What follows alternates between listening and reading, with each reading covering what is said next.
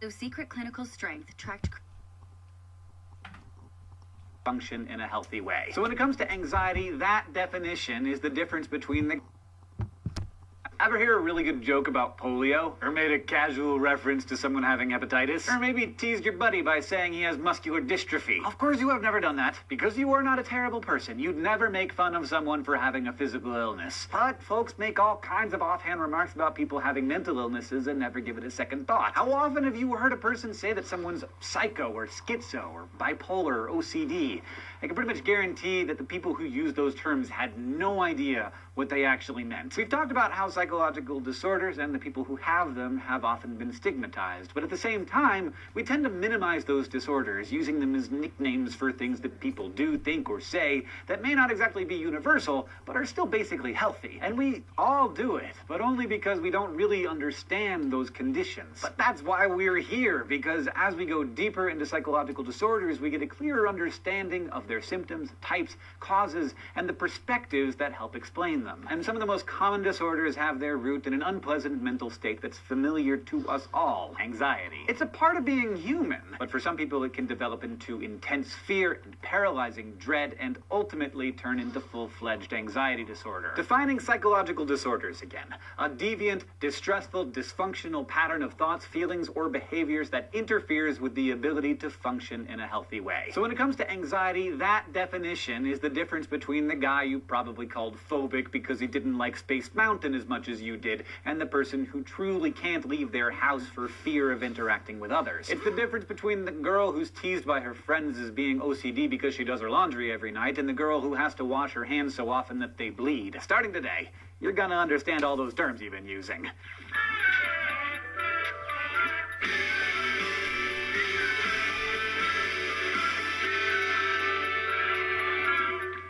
We commonly equate anxiety with fear, but anxiety disorders aren't just a matter of fear itself. A key component is also what we do to get rid of that fear. Say someone almost drowned as a kid and is now afraid of water. A family picnic at the river may cause that anxiety to bubble up, and to cope, they may stay sequestered in the car, less anxious but probably still unhappy while the rest of the family is having fun. So in clinical terms, anxiety disorders are characterized not only by distressing, persistent anxiety, but also often by the dysfunctional behaviors that reduce that anxiety. At least a fifth of all people will experience a diagnosable anxiety disorder of some kind at some point in their lives. That is a lot of us. So I want to start out with a condition that used to be categorized as an anxiety disorder, but is now considered complex enough to be in a class by itself: obsessive-compulsive disorder, or OCD. You probably know that condition is characterized by unwanted, repetitive thoughts, which become obsessions, which are sometimes accompanied by actions, which become compulsions. And it is a great example of a psychological disorder that could use some mental health myth-busting. Being neat and orderly and fastidious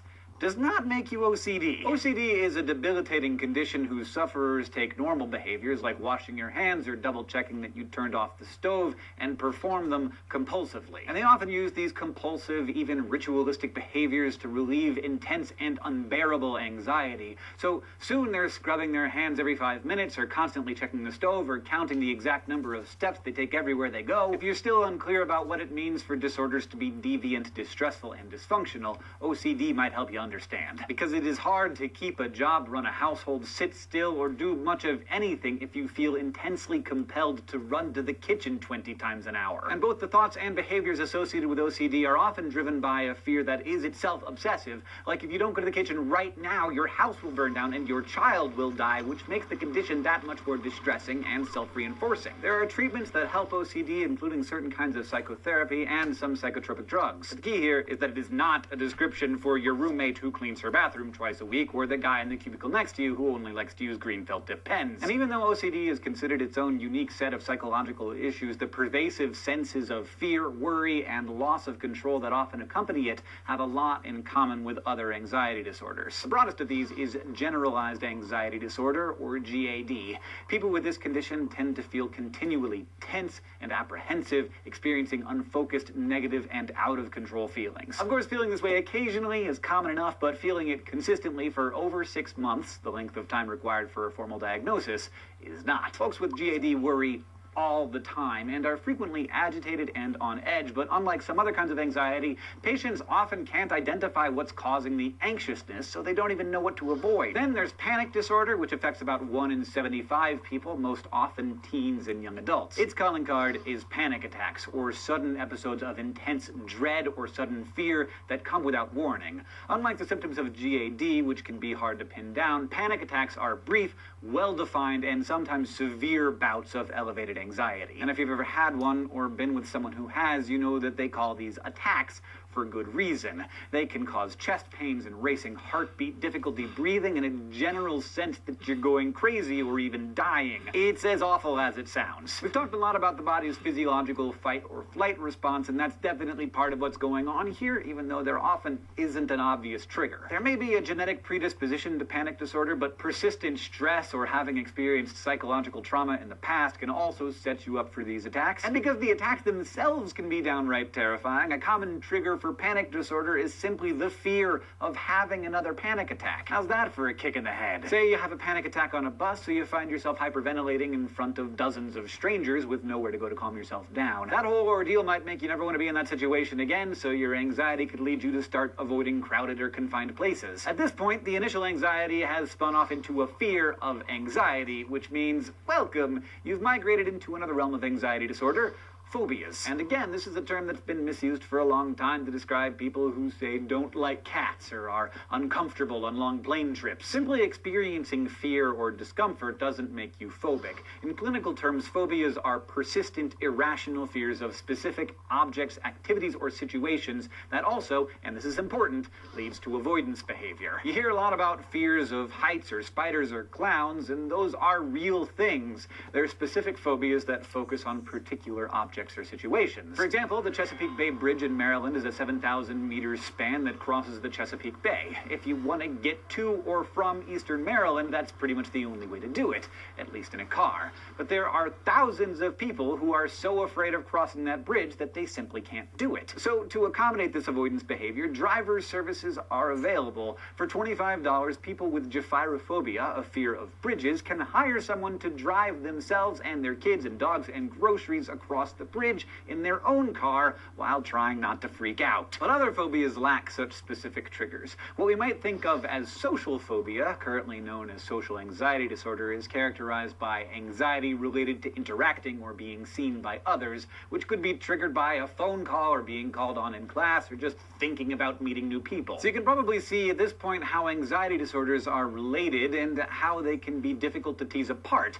The same thing can be said about what we think causes them. Because much in the same way that anxiety can show up as both a feeling, like panic, and a thought, like, is my kitchen on fire, there are also two main perspectives on how we currently view anxiety, as a function of both learning and biology. The learning perspective suggests that things like conditioning and observational learning and cognition, all of which we've talked about before, best explain the source of our anxiety. Remember our behaviorist friend John B. Watson and his conditioning experiments with poor little Albert? By making a loud, scary noise every time he showed the kid a white rat, he ended up conditioning the boy to fear any furry object, from bunnies to dogs to fur coats. That conditioning used two specific learning processes to cement itself in little Albert's young mind. Stimulus generalization expanded or generalized his fear of the rat to other furry objects. The same principle holds true if you were attacked by your neighbor's mean parrot and subsequently fear all birds. But then the anxiety is solidified through reinforcement. Every time you avoid or escape a feared situation, a pair of fuzzy slippers or a robin on the street,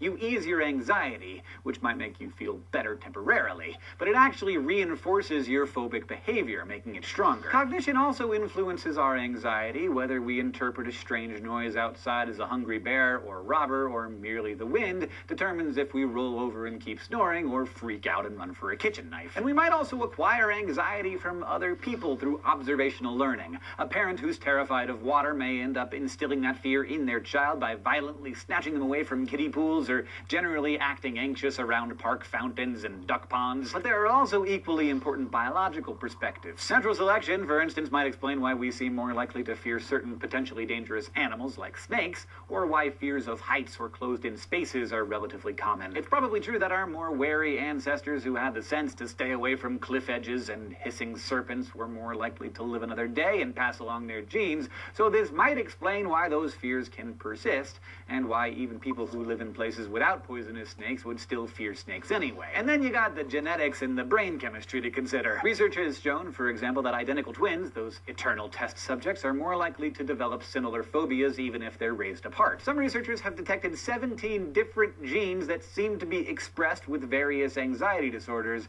so it may be that some folks are just naturally more anxious than others, and they might pass on that quality to their kids. And of course, individual brains have a lot to say about how they process anxiety. Physiologically, people who experience panic attacks, generalized anxiety, or obsessive compulsions show over-arousal in the areas of the brain that deal with impulse control and habitual behaviors. Now, we don't know whether these irregularities cause the disorder or caused by it, but again, it reinforces the truism that everything that is psychological is simultaneously biological. And that holds true for many other psychological disorders we'll talk about in the coming weeks, many of which have names that you've also heard being misused in the past. Today, you learned what defines an anxiety disorder, as well as the symptoms of obsessive-compulsive disorder, generalized anxiety disorder, panic disorder, and phobias. You also learned about the two main perspectives on the origins of anxiety disorders, the learning perspective and the biological perspective, and hopefully you learned not to use OCD as a punchline from now on. Thanks for watching, especially to all of our Subbable subscribers who make Crash Course available to them and also to everyone else. To find out how you can become a supporter, just go to Subbable.com/crashcourse. This episode was written by Kathleen Yale, edited by Blake DiPastino, and our consultant